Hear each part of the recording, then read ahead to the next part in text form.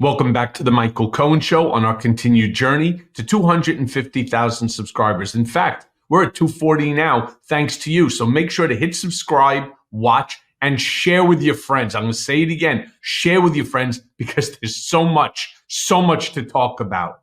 And what's everybody talking about now? Well, everyone. You can't turn on the television. You can't open up a newspaper without the conversation being about Elon Musk and Vivek Ramaswamy and these H-1B visas and the civil war that started already within MAGA. The fighting is insane.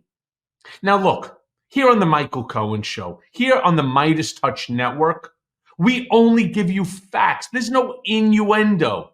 There's no opinion here. We give you facts. And today, I want to look at how the mainstream, or as Trump would call them, the lamestream media, is responding to all of this knife fighting that's going on. First, I want to show you a clip of Representative Mike Lawler saying that we have a population decline in this country and a workforce shortage. Really? Play that clip. This, I think, is one of the biggest issues that we have to tackle in this Congress. Yes, we need to secure the border. We need to stop the massive influx of illegal immigration. But the fact is, we have a population decline in this country, and we have a workforce shortage. We have a shortage of doctors, nurses, engineers, home health aides, ag workers, construction workers, hospitality workers. We need to not only have an immigration system that works, that has a legal process that people who want to come here and enrich our community, our culture, our economy can do so. But we need an education system that is ensuring that we are building the workforce that we need. It's not just about having a pipeline to college. We need a pipeline to the jobs that need to be filled, which means our K through 12 system needs to be reevaluated. We need vocational schools. We need to get kids started at an early age on the path to STEM. So that we actually are creating engineers and the workforce of tomorrow, especially from a technological standpoint, from a biotech standpoint. We are the greatest force in the world, and our economy is the most powerful. And we have the most innovative and entrepreneurial people. But the fact is that we do have a shortage in the workforce, and we need to deal with this. So, okay, what you just said is the thing that got Vivek Ramaswamy in some trouble, okay? Yeah. I mean, listening to Mike Lawler, you can't figure out how does he come up with his final determination. Especially, let me start with the first part.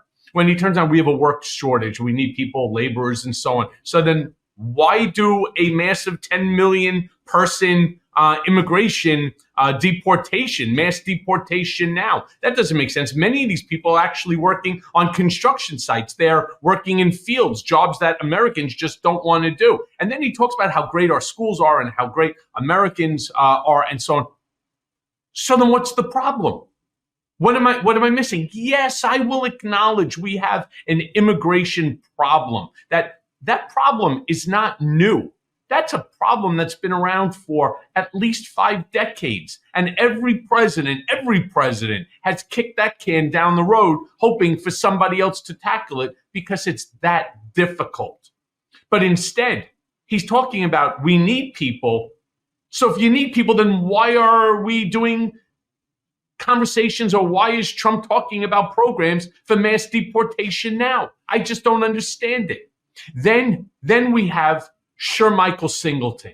He's a Republican commentator, says that we need to focus on educating Americans. Before we go to the clip, let me say this to you.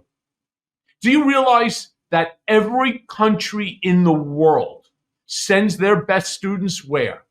Right here to America. Now, every now and then you'll get some American wants to go into finance that goes off to Oxford or something like that.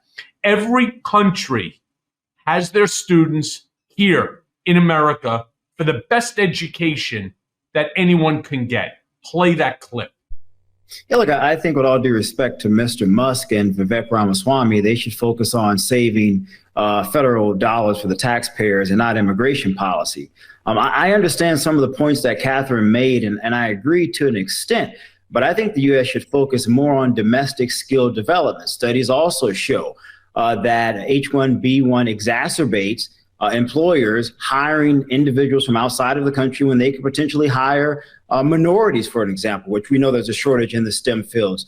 There are a significant number of Americans who I think would love opportunities if they had the proper training and skills to operate in those jobs fairly well. So why not start and focus there? I'm not of the support or mindset, Caitlin, that we should let in more than the 60,000+ that were already let into the country. Do we have some deficits? I certainly understand that point, again, to what Catherine was sort of alluding to. But I think by focusing on increasing domestic skill development, you can decrease the furtherance of those deficits by virtue of saying, you know what, we're going to spend more of our time, more of our dollars educating our own citizens to compete for these jobs versus saying, let's increase to 100,000 or maybe even more for employers to bring in individuals from India, which is a predominant country where many of them come from. I don't agree with that at all. And I think folks in the MAGA world have every right to be angry with Vivek and Elon Musk. Yeah, well, that's it. Like I said, the knives are all coming out. First of all, I completely disagree with him as well. You know, we're talking about, this is not an issue about bringing in minorities in order to do certain skills and so on. This is fields that require a very, very specific type of brain set. I don't have it. I can't code. I have a niece who can code with her eyes closed. I have a nephew who can do the same. My kids can't. I mean, it has nothing to do. And they went Ivy League. This has nothing to do. There are students who are black. There are students who are white. There are students who are brown who happen to have this specific skill set. Plain and simple. You cannot actually teach it. It has to be something innate. It's like music, right? I played the saxophone. I sucked. And then there were other kids who could pick it up and just play. I mean, people are different. And if that means that we have to go and find people from outside of the United States of America, that 0.1%, as Elon Musk says, why not? But we also need people to build our roads, to build houses, to work menial labor jobs. And instead, why are you focusing on the things that are outside of your purview? Let's talk about things that are within our purview. There are more jobs that have been created under this administration than I think ever before. Now, I want to show you a clip of Colorado Governor Jared Polis saying that he hopes Trump listens to Vivek and Musk on their immigration plan. Play that clip. Well, look, the President-elect Trump said that we should provide a visa or working permit to everybody who graduates from an American college. I agree. Let's do that. I mean, we have foreign students who come here, who study. All we're doing is subsidizing other countries if we're forcing them to go back and not deploy the talents and skills they got here in our country. I hope he listens on immigration to people like Elon Musk, Vivek Ramaswamy, but also takes into account his desire to reduce grocery prices, to reduce housing prices. If he wants to accomplish that, immigrants play such an important role in our economy across the continuum, across the skills continuum, right? From low skills jobs, hardworking, to high skills jobs, founders, engineers. They're really a big part of what makes America as prosperous as we are. And as your last panelist said, in many ways, it's our superpower that we have the best and brightest and hardest working people from across the world that want to come here and live the American dream and be part of making our country safer, stronger, and wealthier. As governor. Yeah. I mean, you would think that Jared Polis took, that line straight out of my mouth. It goes to the program that Trump and MAGA and Project 2025, and during the campaign, you may recall those pictures of people holding up placards, mass deportation now. No, let's figure out how to put them to work. Plain and simple. So next, and I don't understand why they would even have him on. He sucked as New York mayor. He fucked this whole city up. Bill de Blasio was on. Again, why? Who gives a shit what Bill de Blasio has to say? Saying that America should be trying to grab all the talent that it can. Now, I agree. I agree with that comment. I just don't understand why Bill de Blasio. Play that clip. Look, I see a couple of things going on here. First of all, I have to say I agree with Elon Musk and Vivek Ramaswamy. I think they're pointing out the reality that we're living. You could say, and I hear Shermichael's point, I disagree with it, though, because I think it misses the fact we want to get to the place where we can maximize the use of our own talent in this country. Let's bring in the best and brightest from all around the world. Let's really make our economy stronger. Let's become even more tech dominant. That's the way, in fact, to elevate the whole country and to create more opportunity for Americans of all kinds in the tech field. So I don't know why on earth we wouldn't want to grab all the talent out there, especially because if we don't, our competitors will. I think it's also fascinating that we're seeing this kind of open conflict. I think it's going to be the first of many. And of course, that speaks to the question of Elon Musk's role.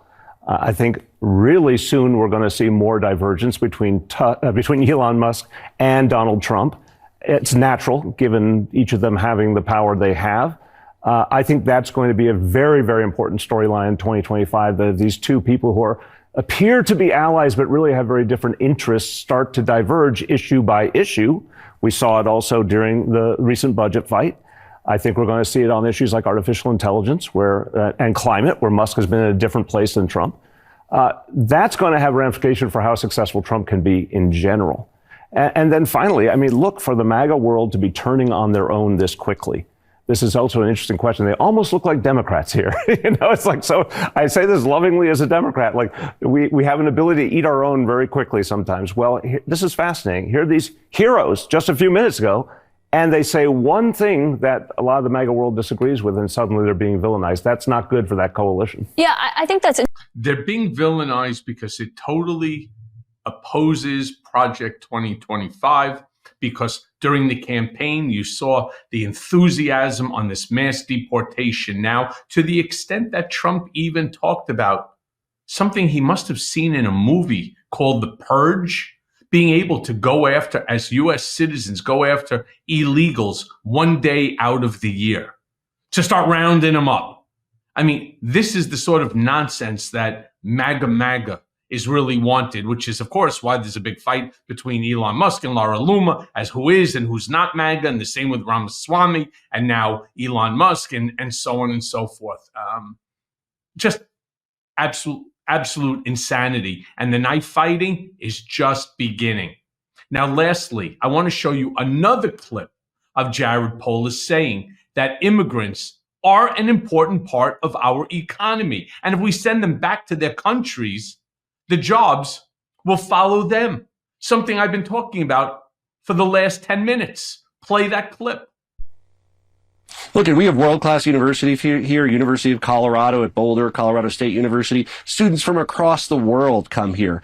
And one of the stupidest things we do as a nation is when they get their degree or their graduate degree, it could be a PhD in physics and engineering, we literally say you're not allowed to work in this country. You have to go somewhere else. And guess what? In a global economy, the jobs follow them. Back to India, back to China. It hurts our economy, hurts job creation.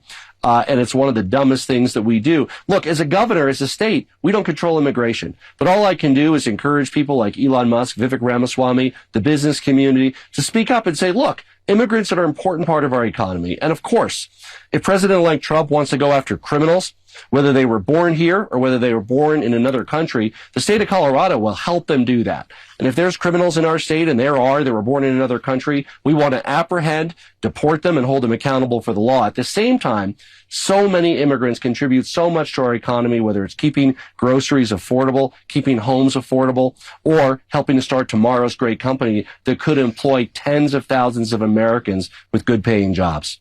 Yeah. Agreed. And so the real topic of conversation is not even, it's greater than even what Jared Polis is saying there. How do we negate the entire campaign promise of mass deportation now? How do we fix our immigration system? How do we go ahead and do it in a bipartisan way? That's the only way. As the son of an immigrant who came to this country to teach head and neck reconstructive surgery, who stayed, married an American citizen, had 4 children. Yeah, even me, right? As one of them. Imagine if they would have sent him back to Canada, even though his education took place in Canada. We do this. Let's not think for a second that we don't keep a lot of these students, what happens is we take away seats from American students who are competent, who could be even more competent, and we give them to foreign students. Why? Because those foreign countries where they're coming from pay a lot of money. They donate a shit ton of money, especially to our Ivy League schools. All right? They donate a shit ton of money there. They get their kids in. Why? So that they get the education that everybody seems to be shitting on. Vivek Ramaswamy, Elon Musk, all of these politicians. Our American school systems are the best in the world. That's why everybody sends their kids here with the belief, the intention, the wish, and the want that their kids go back to their country and help their country become better. And as always, thanks for listening. Hey everyone. First of all, thanks for watching. I mean, we're going to be posting daily episodes with reactions and talking about politics. We'll be talking about everything, in fact. So please like and subscribe. Join us on this journey.